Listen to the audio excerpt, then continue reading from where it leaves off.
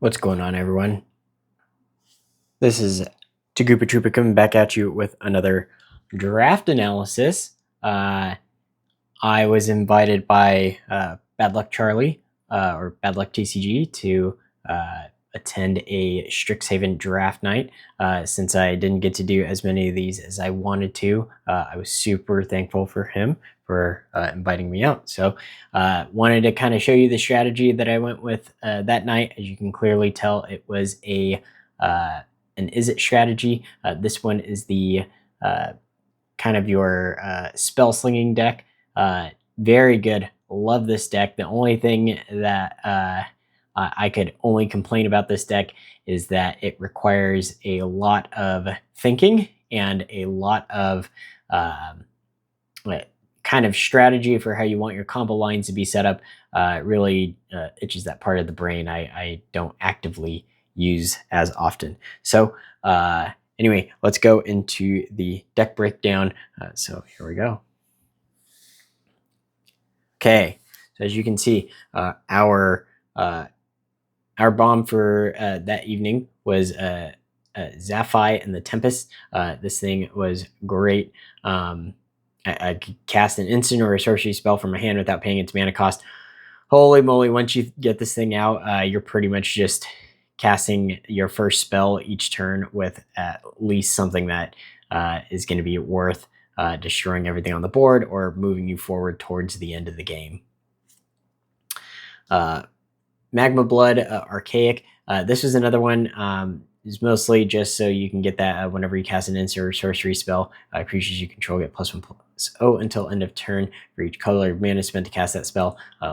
Some of the spells in this instants and sorceries ended up having 2 different costs, so it was a nice addition.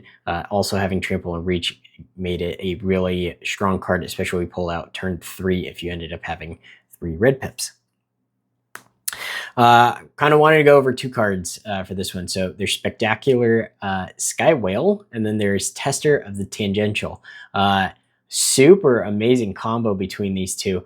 When you get Tester of the Tangential, pretty much what he is trying to do is you're incrementing. So each time you cast a spell that costs more than its power, you're going to give it a +1/+1. Put a +1/+1 counter on him, and then at the beginning of combat on your turn, you may pay X, where you and when you do, you move X +1/+1 counters from this creature onto another target creature. You move them onto the whale. The whale gets really big for no reason, and then eventually you get to this point late game where you're spending 5 or more manas on spells, and then you're putting 3 +1/+1 counters on this creature instead. Because it has flying, it may start off as a 1/4, but as you're casting stuff left and right, your Tester of the Tangential will end up building this thing. I think that night I built it up into a, what was the biggest one that I built up? I think it was like an 8/11 or something like that. So a great combo with these two. If you end up doing this draft again, definitely look out for these two if you can. Okay, Abstract Paint Mage. This one was great. I didn't get to see it as often as I would have liked, but getting an additional blue and red mana at the beginning of each main phase, or beginning of the first main phase, and then getting to use that to cast an instant or a sorcery spell just made this that much better. Stadium Title Mage. Once I saw that blue and red were pretty open, I started taking both of those colors and pretty much had everything that I needed to for this deck. Yeah, it's nice getting to draw a card and then discard a card so you can discard whatever you don't need. Kind of that looting strategy. Color Storm Stallion, another great one, mostly because it has Ward and Haste. So as soon as this thing hits the board on turn 3, your opponent's kind of has to try to figure out a way to get rid of it, or it's going to start stacking up into something even larger each turn.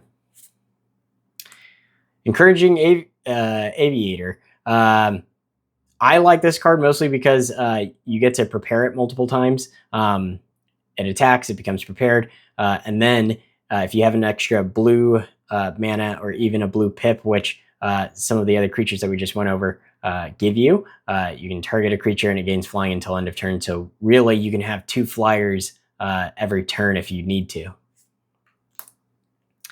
Hydro Channeler. This one was good, mostly to get 1 additional blue mana, so it kind of acted as a mana dork, but again, a 1/3 on board on turn 2 was also pretty nice, especially if you needed to just keep your opponent at bay, keep them from attacking, because perhaps they're not ready to actually do anything about getting rid of it. Deluge Virtuoso. This one was pretty good. I think one thing that was the best thing about it was the stun counter. Getting the +1/+1 until end of turn really just was kind of not as fun. I really like getting the counters more than getting just +1/+1 until end of turn. Landscape Painter, just for the draw 2. Spellbook Seeker, again, draw 2, discard 2, so I did add on to that looting strategy. Okay, this one, Thunderdrum Soloist, this one was good for whenever you're trying to deal damage for each spell that you're trying to cast. So each spell that you cast, or each instant or sorcery spell that you cast, you end up dealing 1 damage. Zealous Lorecaster. This is to get back any instant or sorcery that you need. You activated it once, you need it again. And then the Micah, the Reader of Ruins. This one was another good one. If you had artifacts, I don't think I ran any artifacts. I mostly had this out for the Ward pay 3 life, but a mana for a 4/4 with Ward pay 3, pretty good. Got most of my opponents to have to kind of think about each move prior to moving into their attack, as well as targets. Okay, going into the sorceries instant, those are kind of the main ones that I use for this deck. So Splatter Technique, this is actually one of the bombs. Deal 4 damage to each creature and planeswalker. Holy moly, if you lay this out on turn 4 or turn 5 or turn 6, you pretty much wipe the whole board. Minus a few creatures that I had that would be able to survive this. The idea was if your opponent is using any of the like Inklings, or they're using the pests, this is a great way to get rid of all of that. Unstable Mockery, again, deal 4 damage to target creature, and then I get to surveil 1. Mostly just needed it for the removal. Burst Lightning, kind of goes without saying, 2 damage to any target, and then if it gets kicked, deal 4 damage, which luckily, you'll see it in a second here, I had something that was going to give me more mana. Resonating Loot, holy moly, this card is so good. Add 2 mana of any one color, spend this mana only to cast instants or sorcery spells. Holy moly, you can spell sling all day with this thing. This thing is so broken. And then the additional ability, draw a card, activate only if you have 7 or more cards in your hand. I didn't even get to this point. I spell slang most of the cards in my hand. Pretty much each turn I'd have no cards in hand, would draw enough to start spell slinging again, and then I'd probably end each turn with maybe like 2 or 3 cards in hand. Rapturous Moment. Man, the draw 3 and then discard 2 was not as fun, but getting 2 blue and 3 red pretty much paying for itself in the end, because then you get to use the 2 blue and the 3 red to cast other stuff for anything, not limited to just instants and sorceries. Wow, holy moly, great card. Stock Up. I think this one goes without explaining, but I'm going to do it anyway. Mostly good for that kind of turn 3. You're looking for something that you need, like any of the whales, or you're looking for anything to any removal. This is the best way to get it. Disdainful Stroke.